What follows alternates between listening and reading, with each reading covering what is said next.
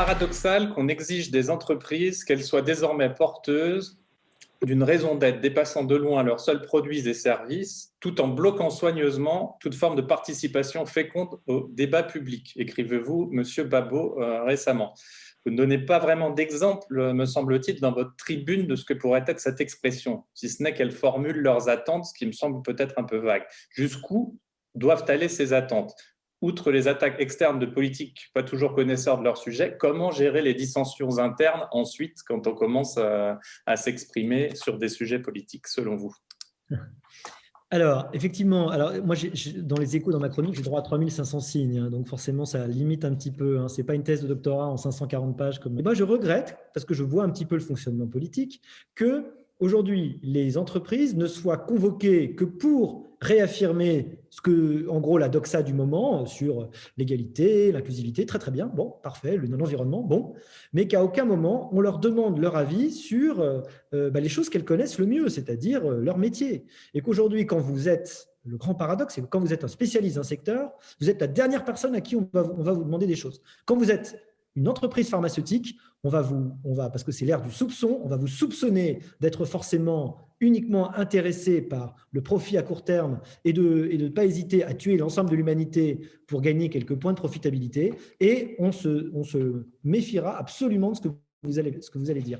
Alors que vous avez des choses hyper intéressantes à dire. Merci, c'est plus clair pour moi maintenant. Et vous, Madame Jiménez, quelle est votre opinion sur ces sujets, sur l'expression des entreprises dans le débat public ? Doivent-elles s'exprimer plus, moins ? Ma réponse, elle va être très claire et je vais aller dans le sens de M. Babot. Je crois que toute entreprise a un rôle politique de par sa nature, de toute façon. D'abord parce qu'elle crée de la richesse sur un territoire, elle interagit avec de multiples parties prenantes, parce qu'elle prend soin de ses salariés, elle anime le bien-être de tout un collectif, des salariés qui utilisent la sphère publique pour venir travailler. Donc, de toute façon, pour moi, il n'y a pas de débat. Et cette notion de contrat social, vous savez, c'est l'idée implicite que l'entreprise, elle a un contrat social avec la société, d'ailleurs, qui se traduit à travers sa responsabilité sociale, à travers les conventions qu'elle passe avec la société, de ce qu'elle va faire, de comment elle souhaite contribuer à la transformation, etc., de la société. Et ça m'a fait penser à cette notion-là et des travaux de Schuman qui lui disaient que finalement, pour qu'une entreprise soit, on va dire, légitimée par la société à faire ce qu'elle fait, eh bien justement, elle doit participer de manière explicite au débat public.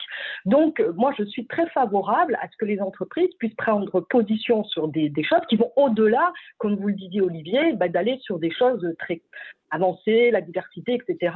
Mais en même temps, heureusement déjà qu'elles font ça. Moi, la seule chose que je conseille quand même, c'est que si elles vont sur ces débats-là, il faut être assez solide. C'est-à-dire que, vous voyez, il ne faut pas d'injonction paradoxale. C'est-à-dire